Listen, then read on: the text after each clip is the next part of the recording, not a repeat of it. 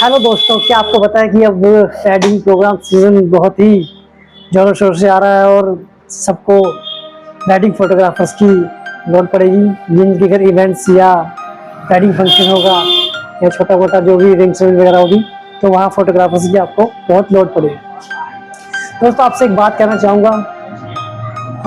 जो हम फोटोग्राफर की जो हम एक फोटोग्राफर के साथ जो हम डीलिंग करते हैं, तो दोस्तों उस डीलिंग को फोटोग्राफर के अकॉर्डिंग चलोगे तो शायद आपको इनपुट या फोटोग्राफी या वीडियोग्राफी आपको अच्छी हो जाए।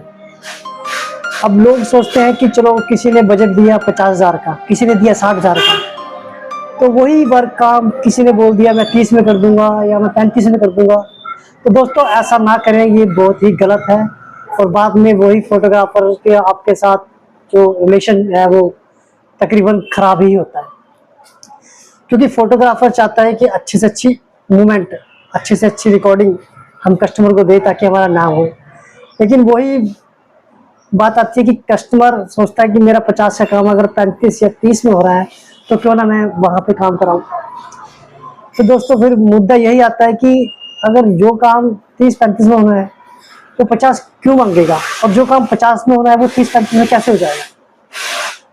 यही चीज़ समझाने के लिए आपको मैं आज आपसे बात करना चाहता हूँ कि फोटोग्राफर्स के साथ आप डीलिंग ऐसी रखें कि उसका पहले आप काम देखिए, वो मुझे 50 में क्या देगा, उसके बाद 60 में देखिए 60 में मुझे क्या देगा, कैसी सिनेमैटिक देगा, ट्रेडिशनल देगा या कैसी फोटोग्राफी या वीडियोग्राफी मुझे देगा। जो 30 मांग रहा है उस 30 वाले को देखो वो 30 में आपको क्या देगा।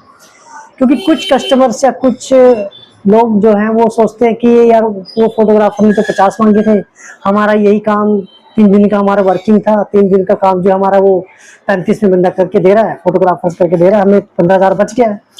वो 15,000 आपको बचा नहीं है, उस 15,000 में आपने अपना नुकसान कराया होता। क्योंकि वेडिंग फोटोग्राफी एक ऐसी चीज है जो पूरी आपको कम से कम 80% पेमेंट देने के बाद वो डाटा आपको बाद में मिलता है। वो डाटा आपको तब मिलता है जब वो तैयार होएगा। 1 महीना लग सकता है उसको, 15 दिन लग सकते हैं, 1.5 महीना लग सकता है। वो आपको बाद में मिलेगा, तब आपको पता लगता है कि फोटोग्राफर्स ने 35,000 में मेरे को क्या दिया। अब एक्सपोज करो एक बात, जो 60,000 मांग रहा है वो आपके काम में 40 या 45,000 रुपये आपके काम में लगाएगा, क्योंकि उसने 60 लिए तो वो 10 या 15,000 रुपये बचा, 10 या 5 या 12-15,000 रुपये वो बचाएगा, क्योंकि उसकी भी मेहनत है। तो और वो 35,000 में अगर वो 10-15,000 या 12,000 35,000 वाला बचाएगा तो वो आपको क्या इनपुट देगा। आप ये दिमाग लगाओ कि आप ये सोचो कि वो आपको क्या इनपुट दे पाएगा। जो इतना सस्ता वर्किंग आपको दे रहा है तो आपको क्या, मतलब किस मोमेंट पे आपको वर्क देगा। तो दोस्तों मैं यही कहना चाहूँगा कि जो आदमी 40,000 में आपका काम करेगा वो आपके वर्किंग में 25 से 30,000 रुपये आपके वर्किंग में लगाएगा। जो 35 का काम करेगा वो 20 से 25 आपके वर्किंग में लगाएगा। जो 50 का करेगा वो 35 से 40 आपके वर्किंग में लगाएगा। तो आप ये देखो कि 30 वाला काम या 25 वाला काम या 20 वाला काम या 40 वाला काम, फर्क इसमें होगा। तो प्लीज़ आप फोटोग्राफर से ऐसी डीलिंग ना करें, क्योंकि फोटोग्राफर ने तो बुकिंग कर लेनी है, ठीक है सर देखिए आप हो जाएगा आपका काम, बढ़िया काम, क्योंकि किसी का काम माड़ा नहीं है, सब काम अच्छा देंगे।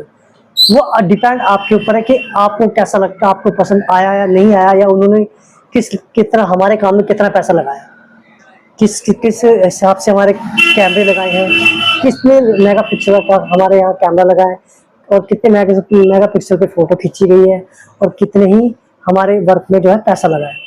तो कुछ लोग बस यही सोचते हैं कि बस हमारा 60 का काम 40 में हो रहा है, 40 का काम 20 में हो रहा है, 25 में हो रहा है। तो दोस्तों प्लीज़ ऐसे सोच पर मत जाएं, क्योंकि फिर बाद में फोटोग्राफर से रिलेशन आपका बिगड़ना 95% 90% संभव है।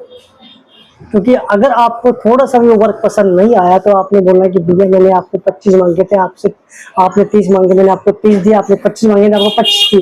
क्योंकि हर कस्टमर बाद में यही कहता है कि भैया जब आपने पैसे मांगे हमने आपको दिए, लेकिन जब वो डीलिंग करते हैं उस टाइम बोलते हैं नहीं हम इतना दे सकते हैं, हम इतना करेंगे या इतना करेंगे। आप, मैं ये नहीं कहता हूँ आप 35 वाले बैठे हैं फोटोग्राफर, 30 वाले बैठे हैं, 40 वाले बैठे हैं। मेरा कहने का मतलब ये है कि अगर आपको 30 में फोटोग्राफर किया है, अपने पहले आप उसका वर्क चेक करें कि आप उनको 30,000 रुपये में क्या क्या वर्क दोगे, और 50 वाले का भी वर्क चेक करें कि 50 में सर आप हमें क्या क्या दोगे, और 60 वाले का भी चेक करें आप, 60 में भी क्या क्या दोगे। आपको जमीन आसमान से लेके तीनों चीजें आपको डिफरेंट जरूर मिलेगा। तो दोस्तों आज के लिए इतना ही काफी। आगे आने वाला सीजन है, बड़े सोच समझ के, क्योंकि फोटोग्राफर्स में कोई भी फोटोग्राफर्स है, सब कमाने के लिए बैठे हैं। किसी ने 5-10 हज़ार रुपये बचाना होता है, जितना उसका हक है। 3 दिन मूवमेंट भी करता है, काम भी करता है, तो उसकी भी दिहाड़ी उसके अंदर ही होती है, सब कुछ उसका होता है, तो उसने वो अपना पैसा बचाना होता है। तो आप लो क्वालिटी को लेकर या लो पैसे को लेकर या ज़्यादा हाई पैसे को लेकर ना जाएं, कम से कम लिमिट वाला काम कराएं जो आपको पसंद आए, आपको अच्छा लगे। चाहे आप मेरे हिसाब से चाहे आप 20 का कराओ या 30 का कराएं, लेकिन एक बार उस फोटोग्राफर से आप सिर्फ ये पूछो कि आप में इतने वर्क में या इतने पैसे में आप क्या क्या वर्क दे रहे हो, क्या क्वालिटी दे रहे हो। क्योंकि कई लोग होते हैं सिर्फ नहीं भैया हमारे को, हमारे 3500 रुपये, हमें 35,000 रुपये हमारा ठीक है, बंदे ने मान गया हमारा, वो 50 मांग रहा था, हमने 35 में कर दिया, फिर हमें 15,000 बच गया।